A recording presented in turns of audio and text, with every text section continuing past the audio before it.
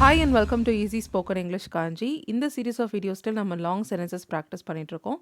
இன்றைக்கி வீடியோவில் நம்ம இட் அக்கர்ட் டு மீ இதை வச்சு நம்ம லாங் சென்டென்சஸ் ஃப்ரேம் பண்ண போகிறோம். ஸோ ஒரு இங்கிலீஷ் டிவி ஷோலேருந்து ஒரு கிளிப் ஆட் பண்ணியிருக்கேன். அதுலேயும் இட் அக்கர்ட் டு மீ வச்சு ஒரு சென்டென்ஸ் இருக்குது, ஒரு பெரிய சென்டென்ஸ். அதே மாதிரியான சிமிலர் எக்ஸாம்பிள்ஸ் நம்ம டெய்லி லைஃப்பில் பேசக்கூடிய சென்டென்சஸ் நம்ம டிஸ்கஸ் பண்ண போகிறோம் இந்த வீடியோவில். So it's gonna be an interesting video. So let's get started without any further delay. முதல்ல இந்த வீடியோ கிளிப் பார்க்கலாம். It occurred to me that a good way to generate a positive cash flow would be to curate popular songs and make them available in a digital form. So பார்க்குறதுக்கு கொஞ்சம் கஷ்டமான sentence மாதிரி இருந்திருக்கலாம். ஒரு 2-3 வார்த்தைலாம் கஷ்டமான நம்ம கேள்விப்படாத வார்த்தையாக இருந்திருக்கு. பட் ரொம்ப சிம்பிளான சென்டென்ஸ் ஸ்ட்ரக்சர் தான் பாருங்கள். இதில் என்ன சொன்னாங்கன்னா, it occurred to me that a good way to generate a positive cash flow would be to curate popular songs and make them available in a digital form. அதாவது இந்த சீனோட சின்ன கான்டெக்ட் சொல்கிறேன். அண்ணன் தம்பி 2 பேரும் எப்படி நம்ம ரிச் ஆகுறது, பணக்காரன் ஆகுறது அப்படின்னு பேசிக்கிறாங்க.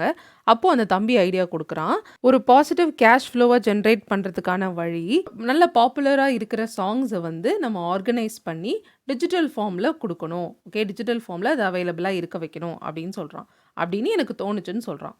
ஸோ இந்த positive cash flow, curate songs இதெல்லாம் நமக்கு தேவையில்லை. இதுலேருந்து நாம் என்ன எடுக்க போகிறோம்னா, இதில் என்ன சென்டென்ஸ் ஸ்ட்ரக்சர் இருக்குது.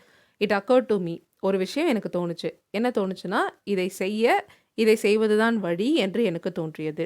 ஒரு பாசிட்டிவ் கேஷ் ஃப்ளோவை உருவாக்க பாப்புலர் சாங்ஸை க்யூரேட் பண்ணுறது தான் நல்ல வழின்னு எனக்கு தோணுது. அதான் இந்த சென்டென்ஸில் சொல்கிறான் இல்லையா. ஸோ ஒரு செயல் நடக்க இதை செய்வது தான் வழி என்று எனக்கு தோன்றியது. இந்த மாதிரி சென்டென்சஸ் நம்ம டெய்லி லைஃப்பில் காமனாக யூஸ் பண்ணுவோம். ஸோ அதை எக்ஸாக்ட்லி இதே சென்டென்ஸ் ஸ்ட்ரக்சரில் தான் நம்ம ஃப்ரேம் பண்ண போகிறோம். அந்த மாதிரி எக்ஸாம்பிள்ஸ் தான் பார்க்க போகிறோம். ஸோ ஃபர்ஸ்ட் எக்ஸாம்பிள் பார்ப்போம். நாமளும் அவன் கூட போகிறோன்னு சொல்கிறது தான் அவனை சமாதானப்படுத்துறதுக்கான ஒரே வழின்னு எனக்கு தோன்றியது. ஓகே, ஸோ இப்போ என்னோடய தம்பி எடுத்துக்கோங்க. என்னோடய தம்பி ஒரு இடத்துக்கு போக மாட்டேன்னு சொல்கிறான். அப்போ நான் என்னோடய அம்மா கிட்ட சொல்கிறேன், நாமளும் அவன் கூட போகலாம், அவன் கூட போகிறோம் வரோன்னு சொல்லலாம், அப்போ தான் அவன் சமாதானம் ஆவான், அதுதான் அவனை சமாதானப்படுத்துறதுக்கான ஒரே வழின்னு எனக்கு தோணுச்சுமா அப்படின்னு நான் அம்மா கிட்ட சொல்கிறேன். ஓகேயா, ஸோ இது எப்படி இங்கிலீஷில் சொல்லலாம்? எனக்கு தோணுச்சு, இட் அக்கர்ட் டு மீ. என்னதுன்னா, அவனை சமாதானப்படுத்துறதுக்கு இதுதான் வழி. that the only way to convince him is use பண்ணலாம். இல்லைனா இதுவாக இருக்கலாம் என்று தோன்றியது அப்படின்ற அர்த்தத்தில் would be சொல்லலாம். இதில் would beக்கு பதிலாக is கூட நீங்கள் யூஸ் பண்ணலாம். the only way to convince him is to tell him, இல்லைனா would be to tell him that we are going with him. என்ன சொல்லணும் அவங்ககிட்ட? நாங்களும் உங்க கூட வரோம், நாங்களும் அவங்க கூட போகிறோம்னு சொல்லு. that we are also going with him. Okay, so it occurred to me that the only way to convince him would be to tell him that we are also going with him. இல்லை we are going with him. ஓகேயா, புரிஞ்சிருக்கும்னு நினைக்கிறேன். So நம்ம TV ஷோலேருந்து பார்த்த எக்ஸாம்பிளில் would be இருந்ததுனால நான் இங்கே would be use பண்ணியிருக்கேன். அடுத்த எக்ஸாம்பிளெல்லாம் நான் is கூட யூஸ் பண்ணியிருக்கேன். இதே எக்ஸாம்பிளில் நீங்கள் isம் யூஸ் பண்ணலாம். It occurred to me that the only way to convince him is to tell him that we are also going with him. Okay, next example பார்ப்போம். இந்த வேலையை பிரித்து அந்த பார்ட்ஸை நம்ம ஃப்ரெண்ட்ஸ் கிட்ட கொடுக்கறது தான் இந்த வேலையை முடிக்கிறதுக்கான ஒரே வழின்னு எனக்கு தோணுச்சு. ஸோ ஒரு கஷ்டமான டாஸ்க் நம்மளுக்கு இருக்குது. ஸோ இது முடிக்கிறதுக்கான ஒரே வழி என்னன்னு எனக்கு தோணுச்சுன்னா, இதை பார்ட்டாக பிரித்து அந்த பார்ட்டை நம்ம ஃப்ரெண்ட் கிட்ட கொடுத்து கம்ப்ளீட் பண்ண சொல்லலாம். அந்த மாதிரி ஒரு சென்டென்ஸ். ஓகே, ஸோ எனக்கு தோணுச்சு, இட் அக்கர்ட் டு மீ, இந்த வேலையை முடிக்கிறதுக்கான சிறந்த வழி, that the best way. ஒரே வழினா that the only wayன்னு போட்டுக்கோங்க. டு ஃபினிஷ் திஸ் டாஸ்க், எதுக்கான ஒரே வழி? இந்த வேலையை முடிப்பதற்கான ஒரே வழி இல்லை சிறந்த வழி. That the best way to finish this task என்னதுன்னா is to split it and give the parts to our friends. It occur to me that the best way to finish this task is, நம்ம போன எக்ஸாம்பிளில் would be பார்த்தோம். இந்த இடத்துலையும் நீங்கள் would be போடலாம். would be போட்டால் என்ன அர்த்தம், இஸ் போட்டால் என்ன அர்த்தம்? இதுதான் ஒரே வழியாக இருக்கிறது என்று எனக்கு தோன்றியது. இது ஒரே வழியாக இருக்கலாம் என்று எனக்கு தோன்றியதுன்னா would be வரும். ஓகேவா, ஸோ இருக்கலாம், இதுதான் ஒரே பாசிபிலிட்டியாக இருக்கலாம்னு சொல்கிறதுனால would be போடுறோம். இதுதான் ஒரே வழி இருக்குது அப்படின்னு எனக்கு தோணுதுன்னா இஸ் போட்டுக்கிறோம். It occurred to me that the best way to finish this task is to split it and give the parts to our friends and ask them to finish it. அது கூட ஆட் பண்ணிக்கலாம் நீங்கள் சேர்த்து, and ask them to finish it. Okay, அதை முடிக்க சொல்லி அவங்கக்கிட்ட கேட்குறது. நான் இதோட முடிச்சுக்கிட்டேன். சரிங்களா, ஸோ புரிஞ்சிருக்கும்னு நினைக்கிறேன். அடுத்த எக்ஸாம்பிள் பார்ப்போம். அவள் விஷ்லிஸ்ட் பண்ணியிருக்கிற திங்ஸை அவளுக்கு வாங்கி தரது தான் ஒரு பெஸ்ட் கிஃப்டாக இருக்கும்னு எனக்கு தோணுச்சு. ஸோ என்னோட ஒரு ஃப்ரெண்டுக்கு பர்த்டே வருது. நானும் இன்னொரு ஃப்ரெண்டும் அவளுக்கு என்ன பர்த்டே ப்ரெசென்ட் கொடுக்கலான்ட்டு ரொம்ப டிஸ்கஷனில் இருக்கும். அப்போ எனக்கு என்ன தோணுச்சுன்னு நான் சொல்கிறேன்னா, அவள் விஷ் லிஸ்ட் பண்ணியிருப்பாள்ல. ஸோ ஏதாவது ஒரு ஆன்லைன் வெப்சைட்டில் அவள் விஷ் லிஸ்ட் பண்ணியிருக்கிற திங்ஸை அவளுக்கு நம்ம வாங்கி கொடுக்கலாம். அதான் ஒரு பெஸ்ட் கிஃப்டாக இருக்கலாம் அப்படின்னு எனக்கு தோணுச்சு அப்படின்னு நான் இன்னொரு ஃப்ரெண்டு கிட்ட சொல்கிறேன். ஸோ எப்படி சொல்லலாம்? It occur to me that the best thing to gift her, இல்லைனா the best gift to give her, எப்படி வேணாலும் போடலாம். அவளுக்கு பரிசளிக்க ஒரு சிறந்த பொருள் இதுவாக இருக்கலாம் என்று எனக்கு தோன்றியது. இல்லைனா அவளுக்கு கொடுக்கும் சிறந்த பரிசாக இது இருக்கலாம் என்று எனக்கு தோன்றியது. சிறந்த பரிசாக இது இருக்கலாம் அப்படின்னா the best gift to give her, இல்லைனா the best thing to gift her. Okay, would be இல்லைனா is. The best thing to gift her is இல்லைனா would be to buy the things, இல்லைனா to purchase the things that she has wish listed. Okay, wish list செய்திருக்கிற பொருட்கள், அதனால the things that she has wish listed. ஓகேங்களா? So it occurred to me that the best thing to gift her is to purchase, இல்லைனா would be to purchase the things that she has wish listed. புரிஞ்சிருக்கும்னு நினைக்கிறேன். Next example போகலாம். அவன் சொல்கிறதெல்லாம் உண்மைன்னு நம்மளை நம்ப வைக்கிறதுக்கு தான் அவன் இதையெல்லாம் செய்கிறான்னு எனக்கு தோணுச்சு.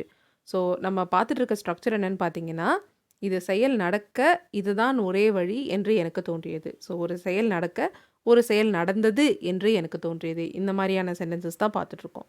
ஸோ இதில் ஒரு செயல் நடக்கத்தான் அவன் இதெல்லாம் செய்கிறான் என்று எனக்கு தோன்றியதுன்னு சொல்கிறோம். ஸோ இது நீங்கள் ட்ரை பண்ணுங்கள்.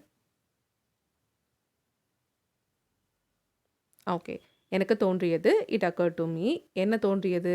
இதையெல்லாம் அவன் செய்கிறான். எதுக்காகனா அவன் சொன்னதையெல்லாம் நம்ம நம்ப வைக்கிறதுக்காக. கரெக்டாக? So it occur to me that he was doing all of that, இல்லைனா that he was doing everything, ஏதாவது ஒன்று. Okay, to make us believe, நம்மளை நம்ப வைக்க தான் இதையெல்லாம் செய்கிறான் என்று எனக்கு தோன்றியது. எதை நம்ப வைக்க? அவன் சொன்னதையெல்லாம் உண்மை என்று நம்மளை நம்ப வைக்க. கரெக்டாக?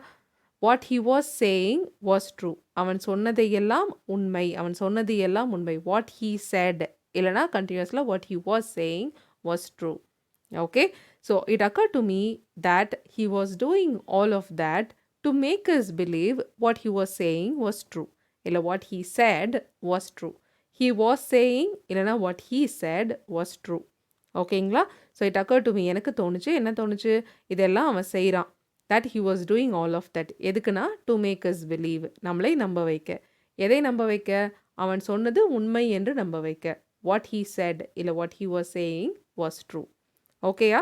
நெக்ஸ்ட் எக்ஸாம்பிள் பார்ப்போம். முதல் நாளில் மாணவர்களுடைய கவனத்தை பெற சிறந்த வழி அவர்களின் விடுமுறையை பற்றி அவர்களிடம் கேட்பது என்று எனக்கு தோன்றியது. ஸோ டீச்சர்ஸ் மீட்டிங்கில் இருக்கீங்கன்னு வச்சுக்கோங்க, ஸ்டாஃப் மீட்டிங்கில் இருக்கீங்க.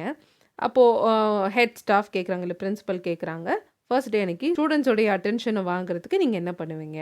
ஸோ எனக்கு என்ன தோணுச்சுன்னா, ஸ்டூடெண்ட்ஸோட அட்டென்ஷனை ஃபர்ஸ்ட் டே அன்றைக்கி வாங்குறதுக்கு நம்ம அவங்கக்கிட்ட அவங்களோட ஹாலிடேஸை பற்றி கேட்கறது தான் ஒரு சிறந்த வழின்னு எனக்கு தோணுச்சு அப்படின்னு நீங்கள் சொல்கிறீங்க. ஓகேவா?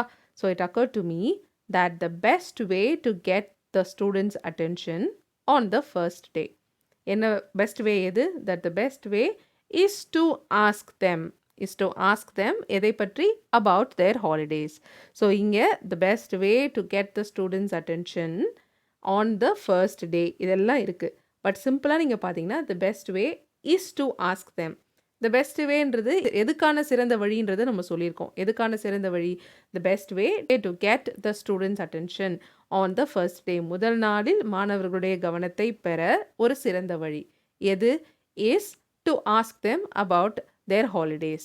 ஓகே, ஸோ ஹாலிடேஸை பற்றி கேட்டால் அவங்க ரொம்ப என்ஜாய் பண்ணி சொல்ல ஆரம்பிப்பாங்க. ஸோ அது மூலமாக அட்டென்ஷன் நம்மளுக்கு கிடைக்கும் அப்படின்னு எனக்கு தோணுச்சுன்னு நான் சொல்கிறேன். ஓகே, நம்ம டெய்லி லைஃப்பில் நிறைய சென்டென்சஸ் இந்த மாதிரி தான் பேசிகிட்டு இருக்கோம் தமிழில். அண்ட் இங்கிலீஷில் அதை ஃப்ரேம் பண்ணுறதுக்கு தான் நம்ம ஸ்ட்ரகிள் பண்ணிகிட்ருக்கோம். ஸோ இந்த மாதிரி சென்டென்சஸ் நீங்கள் தொடர்ந்து ப்ராக்டிஸ் பண்ண ஐயோ இதுனா இவ்வளோ கஷ்டமாக இருக்குது, இந்த மாதிரிலாம் நான் பேசவே மாட்டேன் அப்படின்னு நீங்கள் விட்டுறாமல் இந்த மாதிரி சென்டென்ஸ் ஸ்ட்ரக்சர்ஸ் ப்ராக்டிஸ் பண்ணி பார்த்தீங்கன்னா கண்டிப்பாக நீங்களும் யோசிக்காமல் உங்களோட ஸ்பீக்கிங்கில் இந்த மாதிரி ஸ்ட்ரக்சர்ஸ் யூஸ் பண்ணி பேச முடியும். ஸோ ஒரு விஷயம் நடக்க இது நடந்தது என்று எனக்கு தோன்றியது. ஒரு விஷயம் நடக்க இதை செய்வது தான் சிறந்த வழி என்று எனக்கு தோன்றியது. இதுதான் நம்ம இன்றைக்கி பார்த்தோம். ஸோ இது நடக்க தான் இது நடந்துச்சுன்னு எனக்கு தோணுச்சு. இது நடக்க இதை செய்கிறது தான் ஒரே வழின்னு எனக்கு தோணுச்சு அப்படின்றது தான் இந்த ஸ்ட்ரக்சரில் நம்ம பார்த்துருக்கோம். ஸோ தமிழில் சொல்லும் போது ஈஸி தான், நம்ம டெய்லி லைஃப்பில் யூஸ் பண்ணுற சென்டென்ஸ் தான். பட் இங்கிலீஷ்லேயும் நீங்கள் ப்ராக்டிஸ் பண்ணிங்கன்னா ரொம்ப ஈஸி தான். கண்டிப்பாக இந்த சென்டென்ஸ் ஸ்ட்ரக்சர் யூஸ் பண்ணி எக்ஸாம்பிள்ஸ் ட்ரை பண்ணுங்கள். Thank you so much for watching this video till the very end. I'll see you all in the next video. Till then, take care and bye.